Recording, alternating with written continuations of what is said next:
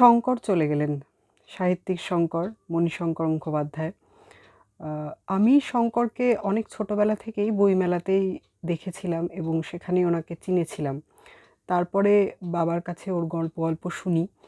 অবশ্যই প্রথম বই ওর লেখা পড়েছি চৌরঙ্গী, কিন্তু জানতাম না তখন যখন চৌরঙ্গী পড়েছিলাম যে ওর এতগুলো গল্প নিয়ে উপন্যাস নিয়ে সত্যজিৎ রায় সিনেমা করেছেন, সেটাও বাবার কাছ থেকেই জেনেছিলাম, দেখেও ছিলাম পরে।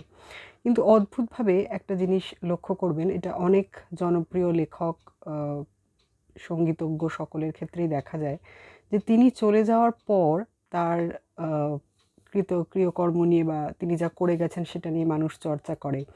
এবার কিছু কিছু মানুষ মনে রয়ে যান, তারা দীর্ঘস্থায়ীভাবে মনে রয়ে যান, তাদের সৃষ্টি নিয়ে মানুষ সবসময় চর্চা করে থাকে, শুধু জন্মদিন বা মৃত্যুদিনে না, সবসময়ই চর্চা করে থাকে। কিন্তু কিছু মানুষের স্মৃতি ক্ষণস্থায়ী হয়, তারা খুব বেশিক্ষণ মনের মধ্যে থাকে না, তারা মারা যাওয়ার পর আসেন। কিন্তু এখানে একটা খুব সুন্দর মানে শঙ্করের কথা আজকে বলছি, কারণ তিনি আজকে যেহেতু চলে গেছেন। আমরা যারা টুকটাক বইপত্র পড়ি বা সাহিত্যকর্মের সাথে যুক্ত আছি বা বই পড়তে ভালোবাসি, তারা সাহিত্যিকদের নিয়ে একটুখানি বেশি ইমোশনাল থাকি। আমি যেমন আজকেই বেশ কিছু ওর লেখা প্রবন্ধ পড়ছিলাম। ডাক বাংলাতে উনি লিখেছিলেন যে কীভাবে সত্যজিৎ রায়ের সঙ্গে ওর আলাপ হয়, কীভাবে ওর গল্প থেকে সত্যজিৎ রায় সিনেমা করেছেন, বিভিন্ন অভিজ্ঞতা। এবং উনি নিজেকে খুব ভাগ্যবান মনে করেছিলেন যে জীবদ্দশাতেই ওনার সুযোগ হয়েছিল যে নিজের নভেল থেকে বা নিজের উপন্যাস থেকে একজন এত বড় মানে বিশ্ববরেণ্য চলচ্চিত্রকার সিনেমা করেছিলেন।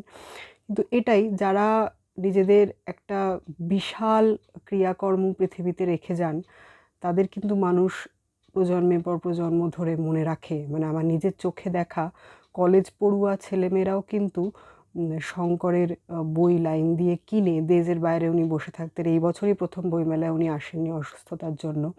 তারাও কিন্তু আগের বছরও আমি দেখেছি লাইন দিয়ে ওকে দিয়ে সই করাচ্ছে এবং উনি ছবিও তুলতে দিতেন। ভীষণ লো প্রোফাইল মেনটেন করতেন, যতবার আমি বইমেলায় দেখেছি, কথা বলেছি। তো এই যে স্মৃতিচারণা করছি, মানে একজন মানুষ চলে যাওয়ার পর তাকে ঘিরে থাকা স্মৃতিগুলো মনে পড়ছে, এইটা আমাদের খুব সহজাত একটি প্রবণতা। মানে মানুষের খুব সহজাত একটি প্রবণতা। অনেক ক্ষেত্রেই দেখবেন এটা হয় যে চলে গেল যে সে যতদিন বেঁচে ছিল তাকে নিয়ে আমরা খুব বেশি চর্চা করিনি, বা হয়তো করেছি, সেটা সেই মাত্রায় নয়। কিন্তু চলে যাওয়ার পর তার ক্রিয়াকর্মগুলো যেন বেশিভাবে মনে আসতে থাকে। তো এক্ষেত্রে যেটা হয়, মানে আমাদের মস্তিষ্কের একটি বিশেষ অংশের জায়গায়, মানে যখন একটা ইমোশনাল স্পাইক হয়, সেই জায়গাটা তখন ম্যাপ করার চেষ্টা করে যে কী কী স্মৃতি বা কী কী সময় আমরা ওই ব্যক্তিত্বের সঙ্গে কাটিয়েছি, সেটা বারবার তখন মনে আসে। মানে অনেক সময় দেখবেন খুব ছোটোবেলার স্মৃতিও মনে পড়ে যায়। মানে আমার যেমন সুনীল গঙ্গোপাধ্যায়, শীর্ষেন্দু মুখোপাধ্যায়, এদের সঙ্গে পরিচয় হয়েছিল, বাবা দেশ থেকে কেটে কেটে উপন্যাস বাঁধিয়ে রাখতেন সেই সময়, সেই সময় থেকে। তো সেগুলো কিন্তু আমার এখনও মনে আছে। আমি বারবার সুনীল গঙ্গোপাধ্যায়ের কাছে যেতাম, কাকাবাবু যখন বেরোতো, ওকে দেখার সামনে থেকে আমার সুযোগ হয়েছিল। তো সেখানে যেতাম ওকে বলতে শুধু যে কাকাবাবুটা খুব ভালো হয়েছে এবার পূজাবার্ষিকীতে। তো পূজাবার্ষিকীতে যখন শঙ্কর লিখতেন বা দেশে ধারাবাহিক যখন লিখতেন, তখন আমি পড়িনি, আমি পরে বই আকারেই পড়েছি। কিন্তু আমাদের মস্তিষ্কে এরকম একটা খবর শোনার পর, যেখানে আমাদের ইনক্লিনেশন আছে, মানে যারা গান করে তাদের কোনো যখন গানের বিশেষ লোকজন মারা যান, যারা বইপত্র পড়ে যখন সেরকম কোনো লোকজন চলে যান হঠাৎ করে, তখন মানে বয়সের কারণেই হোক, শঙ্কর তো 90 বছরের ওপর বয়স হয়ে গেছিলো তখন চলে গেলেন, তখন আমাদের মস্তিষ্কটা ম্যাপ করার চেষ্টা করে যে তাদের সঙ্গে কিছু আমাদের স্মৃতি আছে, মানে বিশেষভাবে কাজ করে। মানে অনেক কাজের মধ্যেই দেখবেন ঘুরে ঘুরে ঘুরে ঘুরে তাদের কথাটা মনে আসে।